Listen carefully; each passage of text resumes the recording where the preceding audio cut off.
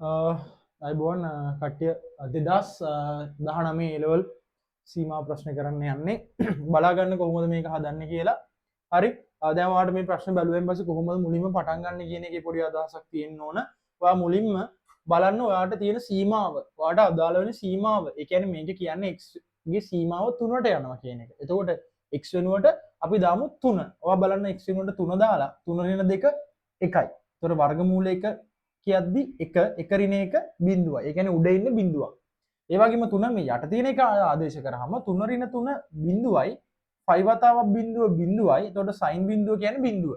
එතකොට අපි දන්නවා සීමාවේ ගණනය කිරීමක් සිද්ධ කරන්නේ බිඳුව බෙදීම බිඳුව පැමිණි විට කියන එක. ඒ කියන්නේ අර්ථ නොදැක්වෙන අවස්ථාවක් සඳහා. ඉතින් ඒ නිසා අපි මෙතනින් එහාට ගණිත කර්ම පාවිච්චි කරලා මේක සුළු කිරීමක් කරලා ඔය බිඳුව බෙදීම බිඳුව නැති කරගන්න ඕන. පැහැදිලිද කතාව? හරි. එහෙනම් ඔයාලට පේනවා මේක ඇතුලේ තියෙනවා වර්ගමූලයේ සම්බන්ධ කොටසක්. ඒ වගේම ත්‍රිකෝණමිතික ශ්‍රිත සම්බන්ධ කොටසක්.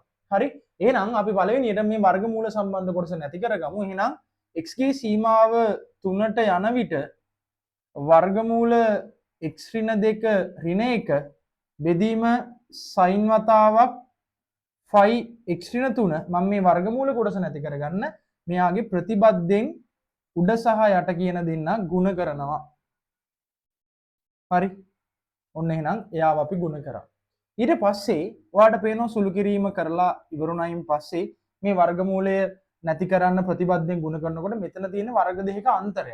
එහෙනම් වර්ග දෙකක අන්තරය සුළු කරනකොට ඔයාලට තේරෙනවා x ඍණ 2 සම්පූර්ණ වර්ගය ඍණ 1 වර්ග. පැහැදිලිද කතාව? හරි. ඊට පස්සේ යටට ඔය තිබ්බ sin ගේ කෙනා ඔය විදියටම එනකොට ඉතුරු වෙලා තියෙන කෙනා අපිට වෙනම ගන්න පුළුවන්. පැහැදිලිද ළමයි? හරි.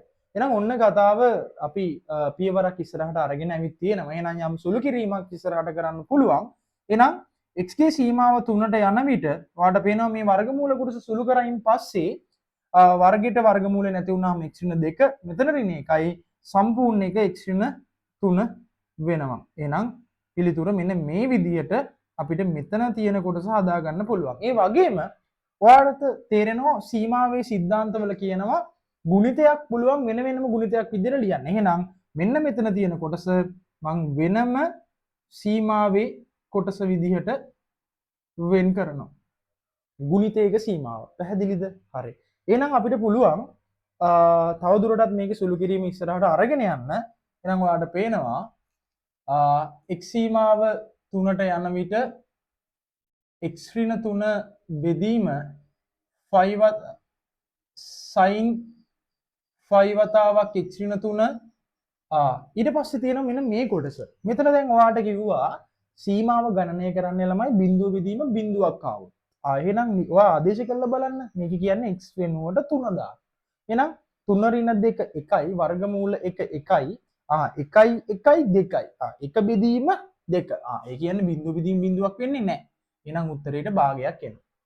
ඒ වගේම දැන් ඔයාලට මේ භාගය කියන කෙනා සම්පූර්ණ සීමාවෙන් එළියට අරගන්න පුළුවන්. හරි. එහෙනම් අපිට මේ විදිහට මෙයාව දාන්න පුළුවන්. ඊට පස්සේ ඔයාලට පේනවා ත්‍රිකෝණමිතික සීමාව සම්බන්ධ කෙනෙක් අපිට ඇවිත් තියෙනවා.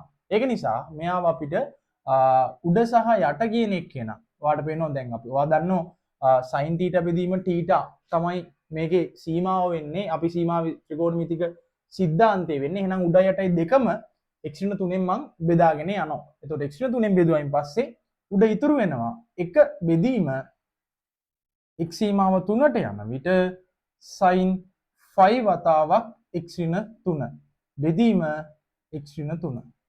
හරි. ඒ වගේම ඕනනම් ඔයාලට මෙන්න මෙතනටත් මේ කෙටි ප්‍රශ්නයක් නිසා මම මෙතනින් එහාට තව දුරටත් තේරුම් කරන එක අපරාධයක් කියලා. මොකද හිතනවා මේ හේතුව කෙටි ප්‍රශ්නයකදී ලැබෙන ලකුණු 25ක් නිසා.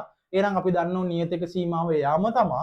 එහෙනම් භාගය වතාවක් 1 බෙදීම x සීමාව 3ට යන විට sin 5 වතාවක් x ඍණ 3 බෙදීම x ඍණ 3 විදිහට මේ ගාන හැදෙනවා. හරිද? හරි. ඊට පස්සේ දැන් මේ sin θ බෙදීම θ හදා ගන්න ඕන නිසා මම මෙතනට 5 අකුරක් දා ගන්නවා. ඒක නැති කරන්න 5 කෙනෙක් මෙතනින් දානවා. ඒතර ඔයාලට වෙනවා 5 ට 5 කැපිලා සුළු කිරීම සිද්ධ වෙනවා. දැන් වෙලා තියෙන්නේ එයා හදාගත්තට මෙන්න මේ සීමාව මෙතන හැදිලා නැහැ. මොකද අපි දන්නවා සිද්ධාන්තයේ කියන්නේ තීටා සීමාව බිඳුවට යන විට sin තීටා බෙදීම තීටා 1යි කියලා. හරි? එහෙමනම් මේක සුළු කරද්දී අපිට සිද්ධ වෙනවා මෙන්න මෙයා වෙනසක් කරන්න. මම මේ පොඩි අදහසක් මේක කියන්නම්. සීමාව කියන්නේ නිකන් හරියට හිතන්නවා සමාන ලකුණක් කියලා. x සීමාව 3ට යනවා කියලා. එහෙනම් මේ තියෙන්නේ x සමානයි 3 වගේ. දැන් අපිට අදාළ සිද්ධාන්තය හදන්න තීටා සීමාව බිඳුවට යන්න ඕනේ. ඒ කියන්නේ මෙතන තියෙන තීටා වෙන්නේ මේ 5 වතාවක් x ඍණ 3. ඒක නිසා මම මේ ඍණ 3 මෙහා පැත්තට අරන් ඇවිල්ලා. ඒ කියන්නේ අතින් ඍණ 3ක් මේ පැත්තට දාද්දි එහා පැත්තට ඍණ 3ක් දැම්ම කියන එක. එහෙනම් x ඍණ 3 සමානයි බිඳුව වෙනවා. දැන් අදාළ තීටා හදාගන්න නම් 5 කිනුත් ගුණ කරන්න ඕන නිසා 5 වතාවක් x ඍණ 3 සමාන වෙනවා බිඳුවට. ඒ කියන්නේ මෙන්න මෙයාව අපිට ලියන්න පුළුවන් මෙන්න මේ විදියට 5 වතාවක් x ඍණ 3 සීමාව බිඳුවට යන විට sin 5 වතාවක් x ඍණ 3 බෙදීම 5 වතාවක් x ඍණ 3 ගුණ කිරීම 5. හරි. එහෙනම් මෙන්න මේ කොටසට අදාළව මෙතන 1 වෙලා 1 යට 5 වෙනවා.